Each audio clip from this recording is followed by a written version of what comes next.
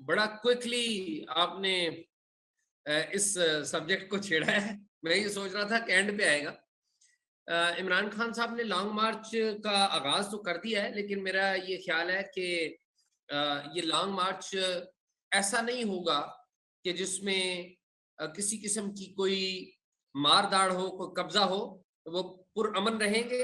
ये मेरा अंदाज़ा है, और मेरा अंदाज़ा इस क्यास के ऊपर या इस फैक्ट के ऊपर बेस करता है कि इमरान खान साहब को इस बात का पता है, पैगाम उनको दे दिया गया है कि अगर इमरान खान साहब ने कानून हाथ में लेने की कोशिश की, तो जो पुलिस है उसकी मामनत करेगी पाकिस्तान की फौज, आइन के आर्टिकल 245 के तहत। और ये जो मैं गुफ्तगू कर रहा हूँ, ये मैं खुद से गुफ्तगू नहीं कर रहा, इसका रेफरेंस है। 21 अक्टूबर को आर्मी चीफ जनरल कमर बाजवा की एनडीयू में एक मीटिंग हुई है। उस मीटिंग के अगर कंटेंट तो पब्लिक में नहीं आए, उस तरह से कुछ लीक इंफॉर्मेशन आई है। उस मीटिंग के अगर कंटेंट को आप जाके देखेंगे तो उसमें एक बात ये भी पूछी गई कि अगर इमरान खान साहब लॉन्ग मार्च करते हैं तो क्या होगा, फौज क्या करेगी। तो बताया ये गया कि हुकूमत ने अगर फौज को कॉल किया आइन के आर्टिकल 245 के तहत, तो फौज इलेक्टेड हुकूमत के अहकामात की तामील करेगी और बिल्कुल लॉ एंड ऑर्डर की जिम्मेदारियां संभालेगी। लेकिन अगर इमरान खान साहब ने आए और जमहूरी अंदाज में किसी एक कोने पे, जिस तरह मौलाना फजल रहमान आए थे, बैठ के उन्होंने एहतजाज किया, तो उसके ऊपर किसी किस्म का कोई रिएक्शन नहीं होगा। लेकिन अगर कानून हाथ में लेने की कोशिश की गई तो फिर उसे आनी हाथों से निपटा जाएगा। बिल्कुल आने हाथों से निपटा जाएगा। सोलंकी साहब, आप कैसे इसको देख रहे हैं? ये बड़ी अहम डेवलपमेंट है, और ये जो अभी रिसेंट जो इवेंट्स भी हुए हैं उनके तनाजुर में भी देखा जाए, एजाज कह रहे हैं कि उनको मैसेज तो ये क्लियरली दे दिया गया है कि आप कानून को हाथ में नहीं ले सकते, और राना सनाउल्लाह की स्टेटमेंट्स और हुकूमत का जो अयादा है, किस हद तक हुकूमत जो है वो खड़ी रहेगी जब अगर लोगों की बहुत ज्यादा लोगों की तादाद आ गई, बिलफर्ज एक हाइपोथेटिकल सिचुएशन है, तो उस वक्त कैसे लॉ एंड ऑर्डर जो है खसूसन पाकिस्तान आर्मी बहुत हेजिटेट करेगी जो अपने ही लोगों के ऊपर उनको रोकना बजरिया फोर्स। जी सुलोगी साहब। इमरान खान ने ये जो आज खुद कहा है प्रेस कॉन्फ्रेंस में कि मैं रेड जोन नहीं जाऊंगा और हमारा एहतजाज पुरअमन होगा, लेकिन साथ साथ ये भी कहा है कि मैंने हमेशा पुरअमन एहतजाज किया है, ये हकायक के मुनाफी है। हकायक के इस वजह से भी मुनाफी है कि एजाज से ज्यादा बेहतर कौन जानता है कि एक साहब हुआ करते थे चौधरी निसार अली खान, जो वजीर दाखिला थे। जब 2014 में इमरान खान अपने सियासी कजिन ताहिर अल कादरी के साथ तशरीफ लाए, तो उस वक्त अपने एच.ई. सोनियन क्लास फेलो और पुराने दोस्त चौधरी निसार अली खान से कहा कि हम रेड जोन में दाखिल नहीं होंगे।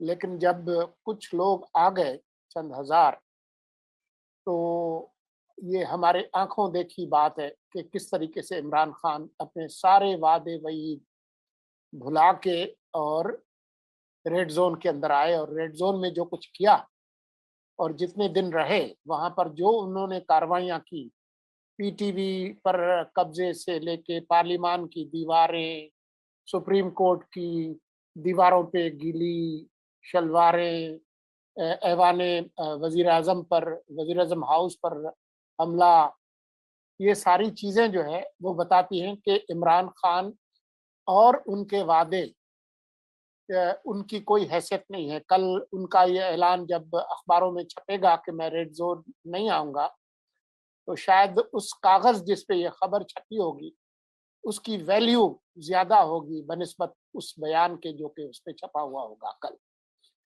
लेकिन एक बात जो वाज़ेह है वो ये है कि ये कोशिश करेंगे कि बहुत बड़ी तादाद में लोग आए, और ये जो पुरअमन की जो डुगडुगी बजा रहे हैं कि जी हम पुरअमन करेंगे, और फैमिलीज आएंगे। इमरान खान किसी भी चीज को, किसी दोस्त, फैमिली, किसी भी चीज को अपने इक़्तिदार पर कुर्बान करने से गुरेज नहीं करते। ये उनका सियासी रिकॉर्ड है। और वो लोग जिनको वो इस्तेमाल करते हैं, फिर उनको वो टिश्यू पेपर की तरह से फेंक देते हैं। तो प्लान यही होगा कि जी हम पुरअमन हैं, आकर H9 में वहाँ पे इतवार बाजार पिशावर मोड़ पे आ जाएंगे या F9 पार्क में आ जाएंगे। लेकिन उसके बाद वो देखेंगे कि अगर उनकी ताकत बढ़ रही है तो वो और मजीद जो है वो एक मिलिटेंट एक पास्चर लेंगे और कोशिश करेंगे कि वो हालात पैदा किए जाएं जिसके नतीजे में इस्टेब्लिशमेंट और अदलिया मजबूर हो जाए कि जी कोई काकड़ फार्मूला टाइप कोई चीज निकले।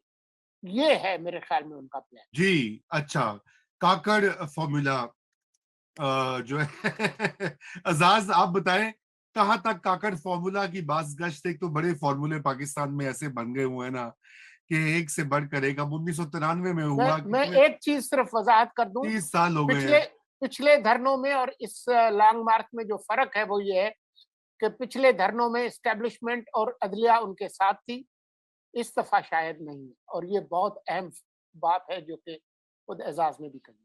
जी, तो एजाज आप ये हाँ लेकिन वो मैं मुर्जा भाई ये कहूंगा कि पिछले धर्मों में एस्टैब्लिशमेंट और अदलिया साथ थी। इस धर्म में एस्टैब्लिशमेंट तो नहीं है लेकिन साथ नहीं है, लेकिन अदलिया पता नहीं है या नहीं है। ठीक है, हाँ क्योंकि अदलिया जो है वो इमरान खान साहब को बड़ी रिलीफ मिलती है। हम देख ये रहे हैं कि कल का जो जुडिशियल कमीशन का जो इजलास हुआ है और